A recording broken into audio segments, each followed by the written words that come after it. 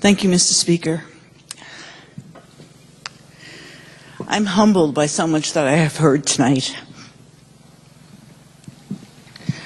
I had no idea when I was signed on for this session how difficult this was going to be. I feel very deeply for the loss of the families of the people in Newtown. When I first heard the news of what was happening, I was stunned.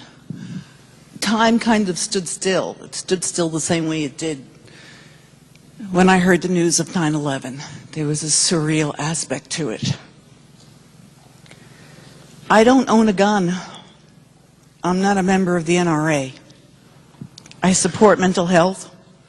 I support protecting children from harm. I have been a court-appointed guardian and attorney for a lot of children who have suffered from horrible abuse and injuries. I've served on my local Board of Education. I support keeping illegal weapons away from criminals and punishing severely those who commit violent crimes.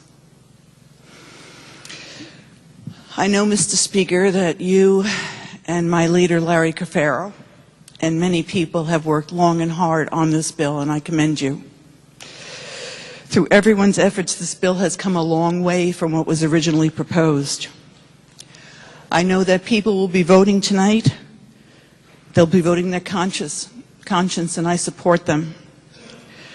I'm voting no on this bill, not because I'm against everything in this bill. There are positive provisions regarding mental health and school safety that I support. But I do not believe that they outweigh the ones that are overreaching in their impact. By not allowing us tonight to separate the individual components of this bill into school safety, mental health, and gun control, we are limited to an all or none vote. Each of these issues deserved individual consideration and an individual vote. I also believe that resorting to the e-cert process was unnecessary. It's not how our democracy is supposed to work, especially when the rights of our citizens are being jeopardized. This e-cert process circumvents the usual process of public hearings and committee hearings, which I believe would have benefited us all. We hear a lot that we want Connecticut to be #1 in gun control.